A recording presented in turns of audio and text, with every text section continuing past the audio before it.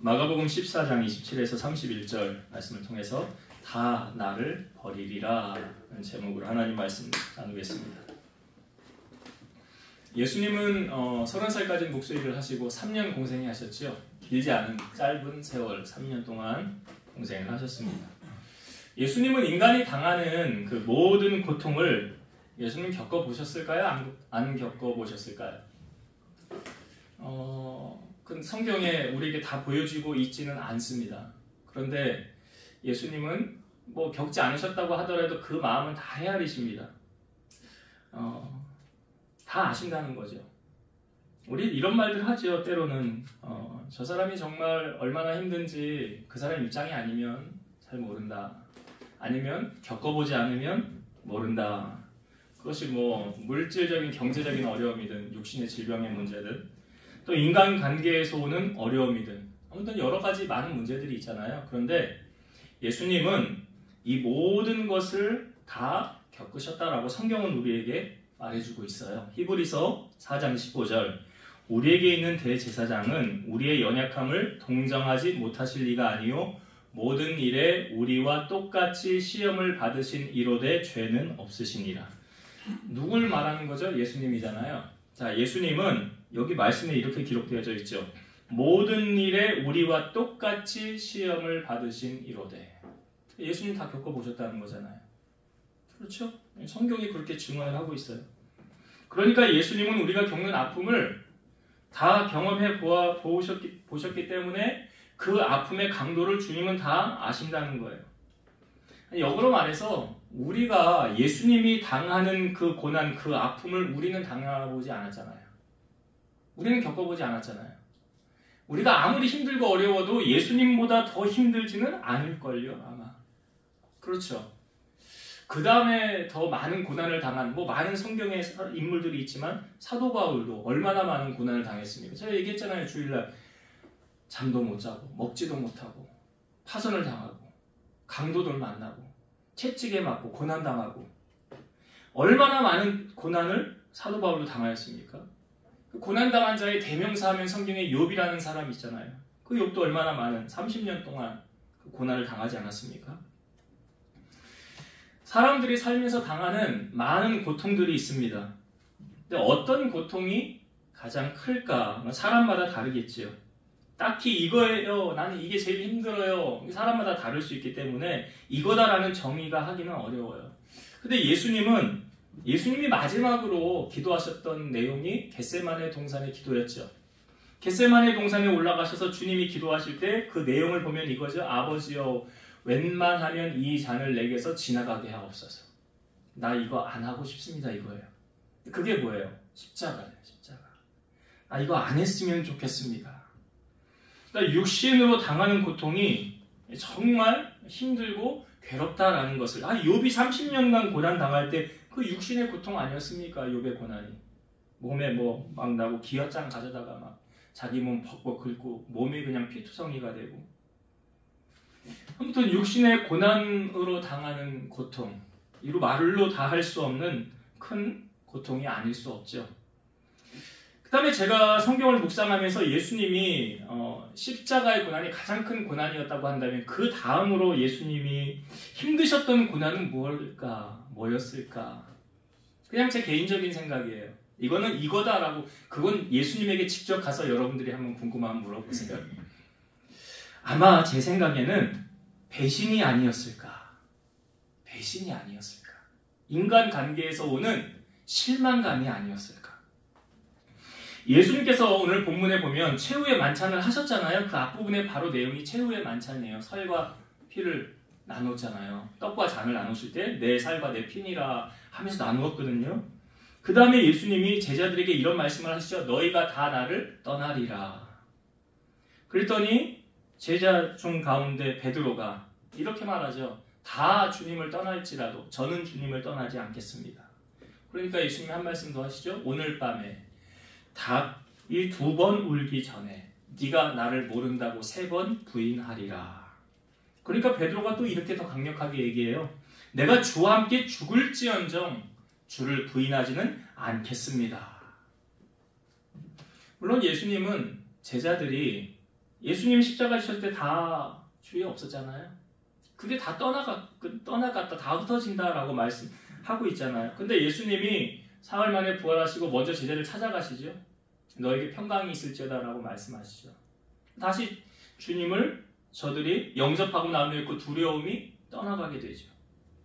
그리고 나서 제자들이 이제 주님의 증인으로서 살아가게 되는데, 요한복음 마지막 장에 보면 베드로가 주님이 너의 결말은 이렇게 될 거야 라고 알려주신 부분이 있어요. 이게 네가 나를 사랑하느냐 3번 주님이 물으신 다음에 그 다음에 베드로를 향하여 이렇게 하신 말씀이에요. 네가 젊어서는 스스로 띠띠고 원하는 곳으로 다녔거니와 늙어서는 남이 내게 띠띠우리니 내 팔을 벌리고 네가 원하지 아니하는 곳으로 데려가리라. 이 말씀을 하시면 베드로가 어떠한 죽임으로 죽을 것을 알고 하신 거지요. 베드로 어떻게 죽었습니까? 거꾸로 십자가에 달려서 죽었어요. 그러니까 예수님은 그 제자들이 자기를 다 떠날 것을 아셨죠. 여러분은 어떤 깊은 배신감을 느껴보셨습니까? 우리나라 속담에 왜 이런 말이 있을까요? 믿는 도끼에 발등 찍힌다. 아마 목회를 해보신 목사님들은 목회가 왜 힘드냐? 왜 힘들까요? 사람을 상대하기 때문에 힘든 거겠죠.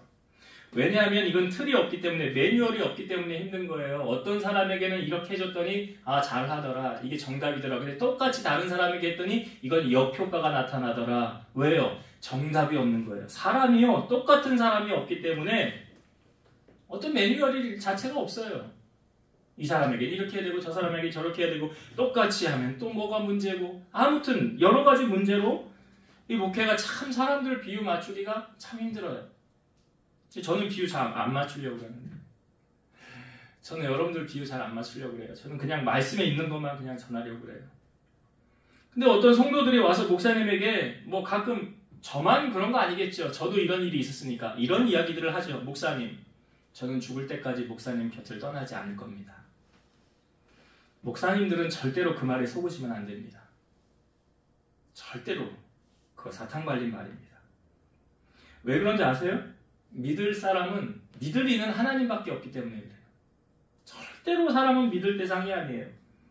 앞에서는 간이라도 빼줄 것처럼 사탄 발림하는 말을 늘어놓으면서도 결국은 싫으면 다 떠나가더라. 이게 사람이더라고요. 그러니까 필요하면 붙어 있어요. 근데 필요 없으면 떠나가요. 이렇게 인간이 간사하다라는 거죠. 저는 성경에 많은 인물이 나오는데 그 중에서 개인적으로 참 마음에 들어하는 사람이 있어요. 예수님의 제자 가운데 빌립이 예수님을 만나고 자기 친구에게 예수님을 소개합니다. 너무 좋으니까 소개하는 거 아니에요? 가서 이렇게 친구에게 말하죠. 모세가 율법에 기록하였고 여러 선지자가 기록한 그 일을 우리가 만났으니 요셉의 아들 나사렛 예수니라. 그 친구 이름이 누군지 아시죠? 나다나엘이에요. 나다나엘이 말하는 거예요. 나사렛에서 무슨 선한 것이 날 수 있겠느냐? 그랬더니 빌립이 네가 와서 한번 직접 봐봐. 그분을 만나봐봐. 그래서 빌립에 의해서 이제 나다나엘이 예수님에게 다가가는 거죠. 만나봐야죠. 그래서 예수님 앞에 이렇게 나다나엘이 오는 것을 보면서 예수님이 나다나엘에게 이렇게 말씀하십니다. 보라, 이는 참으로 이스라엘 사람이라. 그 속에 간사한 것이 없도다. 그랬더니 나다나엘이 하는 말이 이렇게 말해요. 어떻게 나를 아십니까? 어떻게 나를, 지금 처음 보는 거잖아요. 예수님하고 나다나엘하고 그 전에 만난 적 있어요? 없어요? 없어요. 지금 처음 보는 거예요. 근데 그렇게 말씀하신 건 참 이스라엘 사람이라 간사한 게 없대요. 그러니까 예수님이 이렇게 말씀하셔요. 빌립이 너를 부르기 전에 네가 무화과 나무 아래에 있을 때 보았노라. 그러니까 빌립에 의해서 지금 끌려온 거잖아요. 초청이 되어 온 거 아닙니까? 그러나 그 전에 이미 내가 너를 봤대. 언제요? 무화과 나무 아래에 있을 때. 이 무화과 나무 아래라는 것은 이 아래에서 성경을 묵상하고, 이제 당시에는 회당이, 성전이 이렇게 곳곳에 널리 많이 있지 않기 때문에 가지 못하는 사람들은 모여가지고 무화과 나무 아래에서 성경을 읽고 묵상하고 여기서 기도하고 그랬다는 거예요. 그랬더니 그 말을 했더니 나다나엘이 이렇게 말하죠. 랍비여, 당신은 하나님의 아들이시요 당신은 이스라엘의 임금이로소이다. 여기 하나님의 아들이라는 표현을 나다나엘이 하고 있어요. 여러분, 예수님이 나다나엘을 향하여 대조적인 표현을 했죠. 이는 참 이스라엘 사람이라. 그 속에 뭐가 없대요? 간사함이 없도다. 간사라는 게 뭐냐? 사전을 찾아봤어요. 자기의 이익을 위하여 나쁜 꾀를 부리는 등 마음이 바르지 않다. 나쁜 꾀가 있어 거짓으로 남의 비유를 맞추는 태도가 있다. 그러니까 자기 이익을 위해서라면, 뭐 사탕 발림하면서 내가 뭐 얻어낼 거 있으면 가서 이렇게 아첨하면서 실제로는 그렇게 하고 싶지 않은데, 가식적으로 하고 싶은데 그 목적을 이루기 위해서. 그러니까 여기도 나쁜 꾀가 있어 거짓으로 남의 비유를 맞추는 거예요. 진짜로 잘하는 게 아니고요. 가식적으로 잘하는 거예요. 근데 그 받는 사람이 이 사람 진짜로 나를 호의해서 하나? 그렇잖아요. 그걸 구분을 못할 수도 있잖아요. 그러니까 가식적이라는 거죠. 간사라는 건. 이 가식적인 거하고 반대가 무엇입니까? 진실이잖아요. 진실로 대하느냐, 가식으로 대하느냐. 그러니까 간이라도 빼줄 것처럼 하다가 자기 문제 다 해결이 되면 싹 사라져버리는 대표적인 인물, 삼손 옆에 돈 뜯어내려고 옆에 같이 붙어 있었던 사람 누구예요? 드릴라. 삼손의 힘의 원천 딱 알고 난 다음에 머리털 싹 밀고 난 다음에 돈 받고 쓱 사라져 버렸잖아요. 그 삼손을 속은 거잖아요. 그 정말로 자기 사랑하는 줄 알고 그 사실 얘기했더니만 그거를 이용해서 돈 받고 튀었어요. 삼손이 그 다음부터 그 인생 어떻게 됐어요? 눈 뽑혔죠. 맷돌 돌렸죠. 얼마나 비참해요. 그러니까 진짜로 사랑하는지 아닌지 그거 구분을 해야지. 우리가 신앙생활하는 것도 그래요. 우리가 정말로 예수님 사랑해서 신앙생활 하느냐? 아니면 뭘 얻어내려고 하느냐? 하나님 앞에 진실하게 여러분 신앙생활을 해야 돼요. 자기 목적을 이루기 위해서 간사하게 하면 안 된다는 거죠.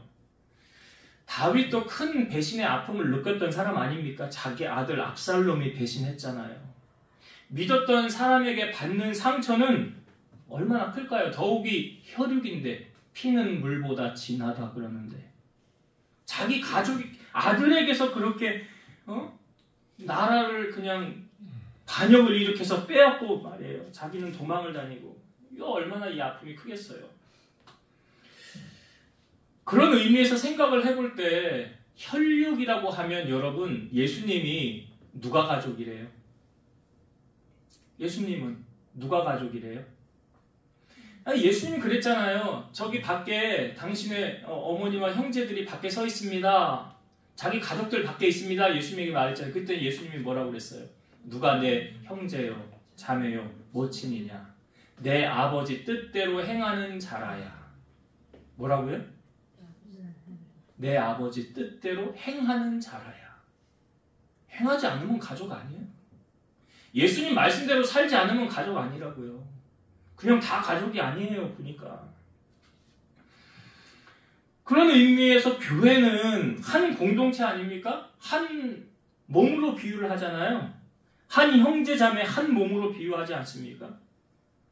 그러니까 건강한 교회는 예수님이 머리가 되는 거죠. 다른 말로 예수님이 주인 되시는 교회가 건강한 교회예요. 사람이 주인 되는 교회, 건강하지 못한 교회, 병든 교회예요.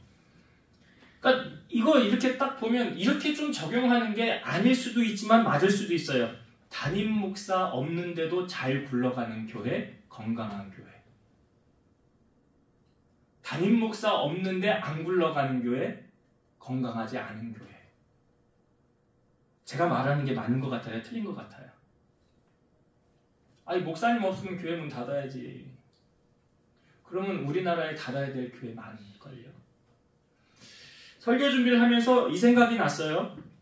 그 김동호 목사님, 제가 이제 뭐 설교도 듣고 오늘도 제가 단톡방에 올린 설교도 있지만 이 목사님이 동안교회 이제 담임으로 갔을 때 되게 젊은 나이에 갔거든요. 근데 교회를 건축하게 됐어요. 교회를 이제 성전 건축을 할 시점에 목사님이 안식년으로 내가 좀 쉬어야 되겠다. 당회 장로님들 모여놓고 뭐 하는 기간에? 성전 건축하는 기간에 나 안식년으로 좀 쉬어야 되겠다. 그러니까 이 말을 한 목사님도 좀 대단하지만 그걸 받아준 장로님들 나는 더 대단하다고 생각해요. 아니 목사님 지금 무슨 말씀하시는 거예요? 교회 건축 중이에요. 목사님 없으면 교회 이거 안 돼요. 아니 교회 이거 어떻게 건축하려고 그래? 무슨 문제 생기면 결정을 해주셔야 될 거 아니에요. 당연히 그런 반응 나오겠죠. 근데 그 장로님들이 예 목사님 다녀오세요. 안식년 갔어요. 성전 건축 계속 하고 있어요. 목사님이 언제 돌아오셨느냐? 입당 예배 하기 하루 전날 돌아왔어요. 교회 다 지어놓고 입당 예배 하루 전날 와서 그 다음날 입당 예배 설교했어요. 이게 가능한 일입니까? 불가능한 일입니까? 이 목사님 왜 이렇게 했는지 아세요? 내가 주인 되면 안 되니까. 교회에 내가 주인 되면 안 되니까. 교회는 예수님이 주인 되셔야 건강한 교회예요. 사람이 주인 노릇하면 그 교회는 이미 타락한 교회, 변질된 교회예요. 그러니까 헌금 많이 했다고 교회 주인 노릇하려는 사람들, 봉사 많이 한다고 주인 노릇하는 사람들, 직분이 높다고 주인 노릇하려는 사람들, 아니면 중직을 맡아서 교회에서 내가 뭐 무슨 장이야 그래서 주인 노릇하려고 하는 사람들, 또는 아유 나 없으면 그 교회 안 굴러간다 라고 말하는 그런 사람들. 여러분 교회에 나 없으면 안 돼 라고 생각하는 것 자체가 교만이에요. 우리에게 직분을 하나님이 왜 맡겨주셨는 줄 아십니까? 에베소서 4장 11, 12절. 그가 어떤 사람은 사도로, 어떤 사람은 선지자로, 어떤 사람은 복음 전하는 자로, 어떤 사람은 목사와 교사로 삼으셨으니 이는 이유예요. 왜 그렇게 하셨느냐? 성도를 온전하게 하여 봉사의 일을 하며 그리스도의 몸을 세우려 하심이라. 왜 직분을 주시고 왜 직분, 높은 자리를 주셨냐? 그 사명 감당하게 하셨느냐? 성도를 온전하게 하며 믿음이 연약한 자를 세워주라는 거 아니에요. 같이 시험 들지 말고 믿음 없는 자를 온전하게 신앙생활 잘할 수 있도록 붙잡아주는 게 믿음 있는 사람들이 해야 될 사명 아닙니까? 넌 떨어져 나가든지 말든지 네가 알아서 살아. 이건 무책임한 거예요. 그 다음 봉사의 일을 하게 하면, 아니 교회 일을 하는데 저는 좀 들으면서 마음이 아픈 게 뭐냐면 큰 교회 요즘은 다 반주하고 뭐 성가대 지휘하고 그러면 다 사례비를 줘야 되는데, 근데 성경은 뭐라고 말하고 있어요? 봉사의 일을 하게 하며. 돈 받고 일하라는 말 없잖아요. 근데 다 돈을 준대요. 그건 봉사가 아니죠. 그건 헌신이 아니잖아요. 그 다음에 또 마지막 제일 중요한 거, 그리스도의 몸을 세우려 하심이라. 그리스도의 몸이 뭐예요? 응? 교회. 교회를 건물로 세우라는 게 아니잖아요. 한 사람 한 사람이 뭐예요? 교회잖아. 한 영혼 세워나가는 게 교회 세워나가는 거잖아요. 에베소서 1장 23절, 교회는 그의 몸이니. 누구 몸이요? 예수님의 몸. 교회는 그의 몸이니 만물 안에서 만물을 충만하게 하시는 이의 충만함이니라. 그러니까 제가 보니까, 목회하면서 보니까 예수님을 사랑하면 그의 몸된 교회, 예수님의 몸인 교회를 사랑할 수밖에 없어요. 예수님 사랑하면 예수님의 몸이 교회인데 어떻게 교회를 안 사랑할 수가 있어요? 그러니까 교회를 사랑하지 않는 건 예수님을 사랑하지 않는 거예요. 제가 오늘 단톡방에 올린 설교를 보셨습니까? 제가 듣고 너무 은혜가 돼서 올렸어요, 솔직히. 거기 한 영락교회 장로님 이름까지 소개하잖아요. 그 장로님이 북한에서 이제 이민, 피난 온 장로님인데 사업을 해서 하나님 복을 주어서 자기 집을 지으려고 하다가 내 집부터 지면 안 되지. 하나님의 집부터 줘야지. 하고 이천에 땅을 사서 거기다가 교회를 다 짓고 완공하고 이제 다 헌당을 한 다음에 거기 이제 교회가 부흥해서 소식이 들어주면, 아니 이 교회 누가 세웠냐? 그 장로님. 그 장로님 오시라고 그래. 행사 때마다 오시라고 근데 이 장로님이 안 간대요. 왜요? 하나님 영광 자기가 가로채는 것 같아서 안 간대요. 그리고 나서 나중에 자기 집을 지었다고 하더라고요. 근데 그 집에 그 목사님이 하루는 신방을 갔는데 어떤 네모난 이 보물상자 같은 게 있더래요. 그 안에 봉투 이렇게 뭐 보자기? 아니 보자기는 아니고 뭐 주머니 같은 게 있대요. 이거 뭡니까? 그랬더니 11조 주머니래. 11조 주머니. 사업을 하는 분이라 하루 사업하고 와서 정산을 한 다음에 그 11조를 맨날 거기다 넣는 거예요. 이게 얼마나 오래됐는지 집안 대대로 내려오는 거라 유산처럼 갑오처럼 이게 빨고 잘못하면 이게 헐어질까봐 그냥 씻지도 못하고 그냥 그대로 놓고 계속 쓴대요. 하나님이 이런 분에게 복을 안 주겠냐고요. 그렇게 하는데 여러분 한 사람이 바로 서면 하나님은 그를 통해서 많은 일을 이루어 가십니다. 문제는 뭔지 아세요? 그 제대로 된 한 사람이 없다는 게 안타까울 뿐이에요. 에베소서 5장 1절에 보면 너희는 예루살렘 거리로 빨리 다니며 그 넓은 거리에서 찾아보고 알라. 너희가 만일 정의를 행하며 진리를 구하는 자를 한 사람이라도 찾으면 내가 이 성읍을 용서하리라. 어떤 한 사람이래요? 정의를 행하며 진리를 구하는 한 사람만 있어도 성읍을 멸하지 않게 하겠다. 몇 사람이요? 여러분 소돔 땅이 왜 멸망했는지 아시잖아요. 아브라함이 중보기도 했잖아요. 의인 10명 있으면 멸망할 겁니까? 아니, 어떻게 의인을 멸망시키니? 10명 있으면 멸망하지 않아. 근데 야 10명이 안 되더라. 의인 10명이 없어요. 여러분, 교회의 주인은 바로 주님이시죠. 그래서 교회를 사랑하는 건 주님 사랑하는 거예요.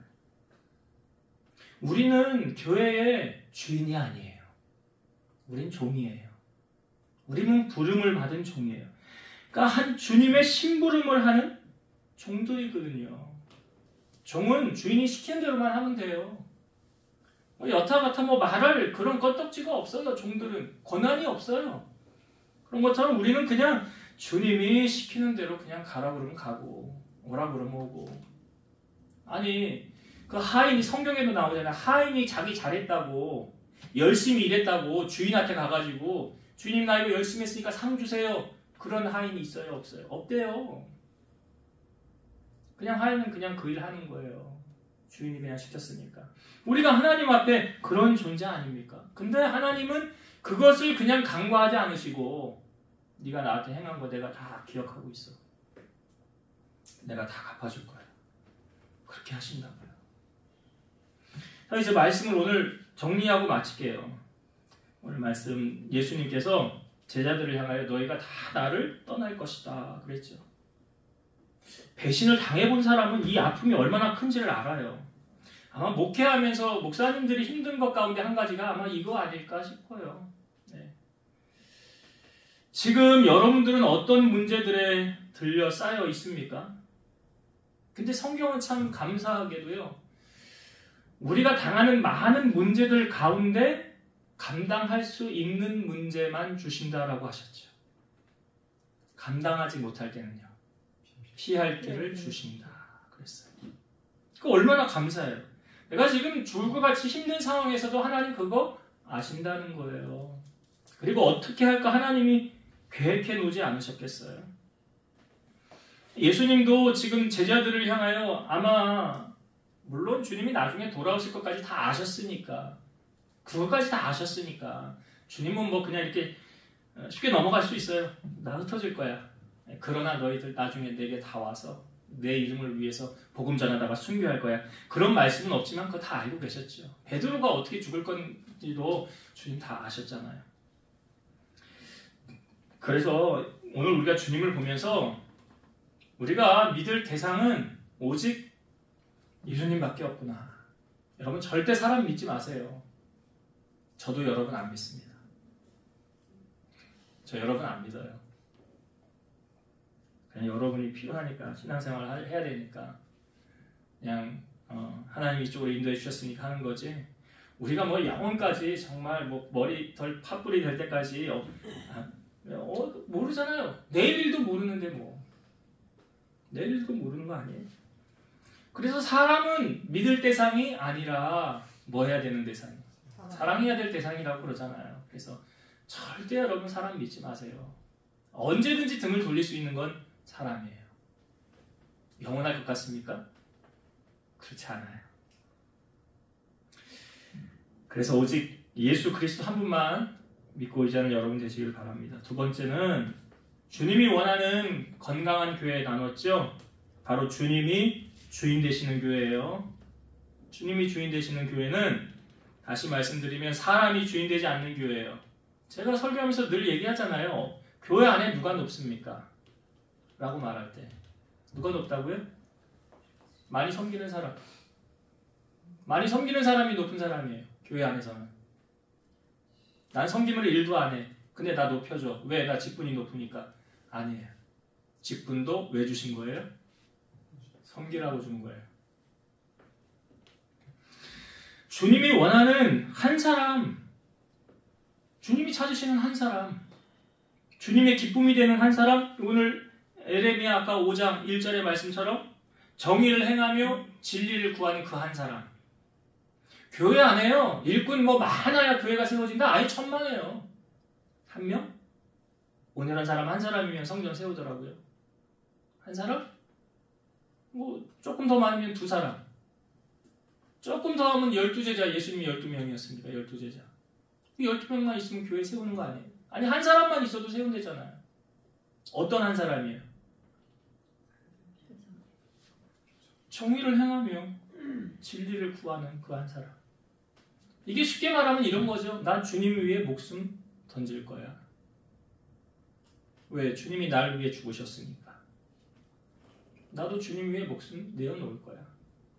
이런 사람이 말로만 주님 사랑한다고 하지 않습니다. 삶을 통하여 다 보여줘요. 맨날 입술로만 나 주님 사랑해요. 나 주님 위해서 다 할 거야. 뭐 할 거예요? 말로만 하는 게 신앙 아니에요. 행함이 따르지 않으면 죽은 믿음이에요.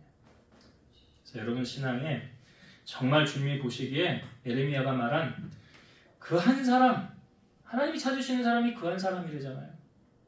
그 한 사람이 여러분 되시기를 주의 이름으로 축원드립니다. 기도하시겠습니다. 예수님께서 제자들을 모아놓고 너희가 다 나를 떠나리라 버리리라 하셨습니다. 주님도 배신의 아픔을 겪으셨습니다. 우리가 이 땅에 살면서 사람은 믿을 대상 아닙니다. 믿을 이는 하나님 한 분밖에 없습니다. 언제든지 사람은 좋을 때는 붙어 있지만 싫으면 떠나가는 게 사람입니다. 그러기에 우리가 하나님 더욱 의지하고 사랑하고 하나님만을 믿고 나아가는 우리 성도들 되게 하시고 사람들은 그저 불쌍히 여기고 사랑하며 섬기며 살아가게 하옵소서. 또한 주님을 사랑하는 것이 교회를 사랑하는 것이라고 하였습니다. 교회의 주인은 사람이 아닙니다. 우리 주님이십니다.